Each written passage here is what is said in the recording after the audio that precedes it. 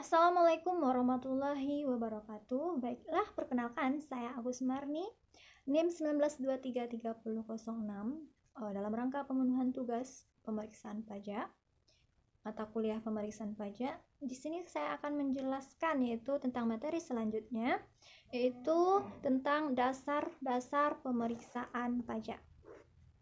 Baiklah, apa itu dasar pemeriksaan pajak dan kenapa pentingnya pemeriksaan pajak ini dilakukan? Pemeriksaan pajak ini itu penting dilakukan yaitu untuk mengendalikan pengendalian sistem perpajakan, yaitu jika kita membayar pajak itu ada yang namanya sistemnya self assessment system. Jadi itu membayar pajak sendiri, menghitung sendiri, melaporkan sendiri. Jadi itu untuk pengendalian dalam sistem perpajakan self assessment untuk memastikan wajib pajak menyampaikan surat pemberitahuan tersebut dengan benar, lengkap, serta jelas. Jadi pemeriksaan pajak ini sangat penting ya dilakukan agar pemenuhan kewajiban perpajakan wajib pajak terpenuhi. Baiklah, selanjutnya, apa itu pemeriksaan pajak? Pemeriksaan pajak itu adalah serangkaian kegiatan yang mana untuk mencari, mengumpulkan, mengolah data atau keterangan lainnya yang mana untuk menguji kepatuhan pemenuhan kewajiban perpajakan dan untuk tujuan lain itu dalam rangka melaksanakan ketentuan peraturan perundang-undangan perpajakan. Jadi pemeriksaan di sini kita mencari, mengumpulkan, mengolah datanya. Oke, lanjut. Selanjutnya ada tujuan pemeriksaan pajak. Di sini terdapat dua tujuan pemeriksaan pajak. Yang pertama yaitu menguji kepatuhan pemenuhan kewajiban perpajakan, yaitu dalam rangka memberikan kepastian hukum, keadilan, dan pembinaan kepada wajib pajak. Itu seperti bagaimana caranya kita dalam penyampaian SPT yang benar dan dalam penyetorannya ya, bagaimana apakah wajib pajak tersebut sudah melakukan penyetoran ataupun belum. Makanya pemeriksaan ini wajib dilakukan. Yang kedua itu ada tujuan lainnya dalam rangka melaksanakan ketentuan peraturan perundang-undang perpajakan. Jadi perpajakan ini tujuan pemeriksaannya ini ada sebagai ketentuan dalam peraturan perundang-undangan yang mana wajib dilaksanakan. Oke, lanjut. Selanjutnya itu jenis pemeriksaan pajak. Jenisnya itu ada dua. Yang pertama ada pemeriksaan lapangan.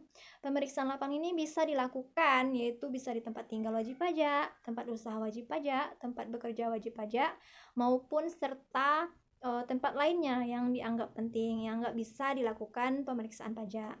Dan yang kedua itu adanya pemeriksaan kantor. Pemeriksaan kantor ini biasanya dilakukan di kantor pajak itu pada saat wajib pajak melakukan penyetoran perpajakannya.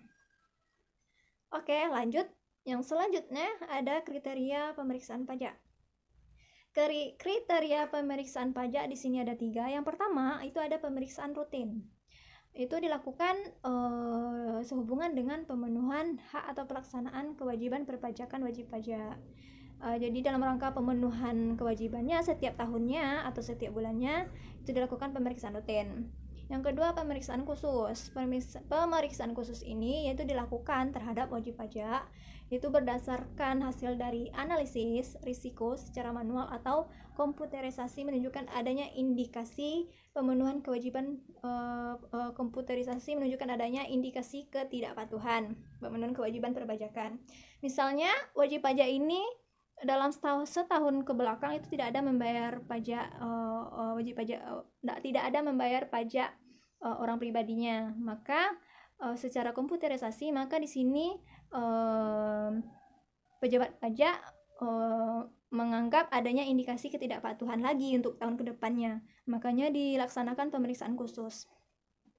Dan yang ketiga yaitu pemeriksaan untuk tujuan lain, penentuan, pencocokan, pengumpulan materi berkaitan dengan tujuan pemeriksaan. Jadi adanya pemeriksaan untuk tujuan lain seperti untuk pengumpulan data saja.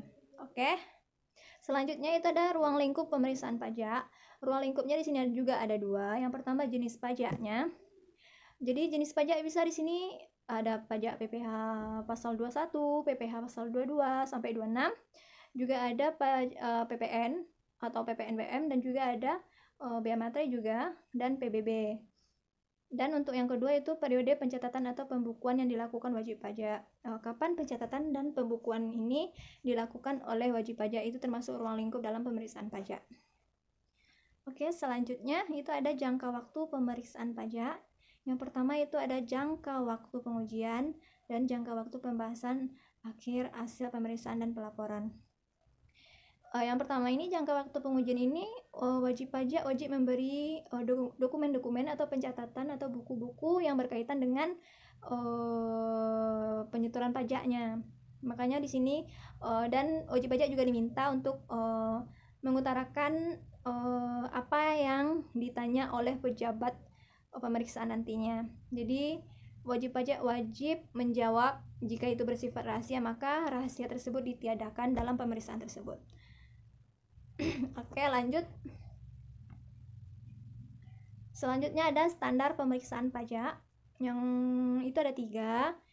Itu yang pertama ada standar umum pemeriksaan pajak, yang kedua ada standar pelaksanaan pemeriksaan pajak, dan yang C standar pelaporan hasil pemeriksaan pajak. Baiklah, hanya itu yang dapat saya sampaikan. Terlebih dan terkurangnya saya mohon maaf.